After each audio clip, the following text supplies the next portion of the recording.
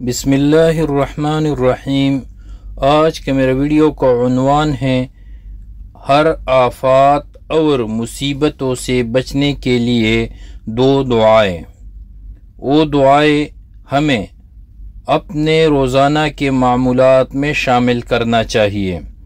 پہلی دعا حضرت ابن عمر رضی اللہ تعالی عنہما کا بیان ہے کہ رسول اللہ صلی اللہ علیہ وسلم کی دعاؤں میں سے یہ دعا تھی: اللہم انی اعوذ بک من زوال نعمتک وتحویل عافیتک وفجاءت نقمتک وجمیع سخطک۔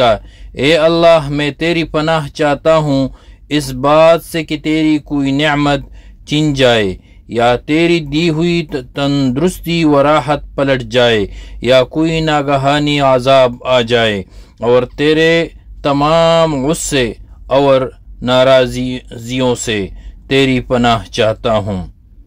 دوسرا دعا یہ ہے: سیدنا عثمان بن عفان رضی اللہ تعالی عنہ کہتے ہیں کہ میں نے رسول اللہ صلی اللہ علیہ وسلم سے سنا، آپ صلی اللہ علیہ وسلم فرماتے تھے، جس نے شام کو 3 بار یہ دعا پڑھ لی اسے صبح تک کوئی اچانک مصیبت نہیں آئے گی۔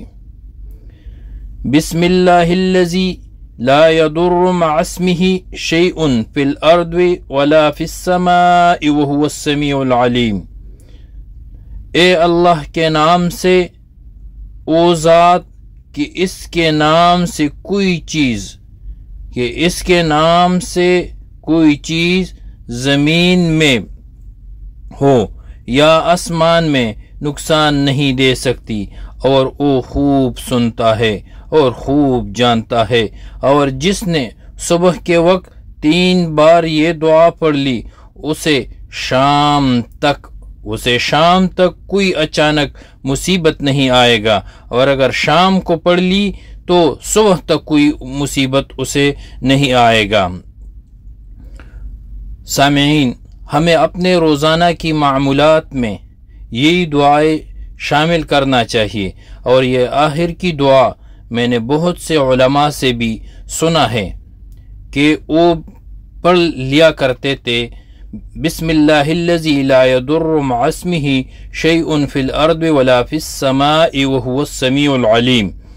اور ہمیں بھی چاہیے کہ صبح شام اس دعاؤں کی روزانہ ورد کرے اور اپنے آپ کو آسمانی آفات اور ہر مصیبتوں سے بچائے۔ آمین۔ اگر ویڈیو پسند آیا ہو تو چینل کو ضرور سبسکرائب کرے اور اپنی آراء کمنٹس کرے۔ ویڈیو دیکھنے کا بہت ہی شکریہ۔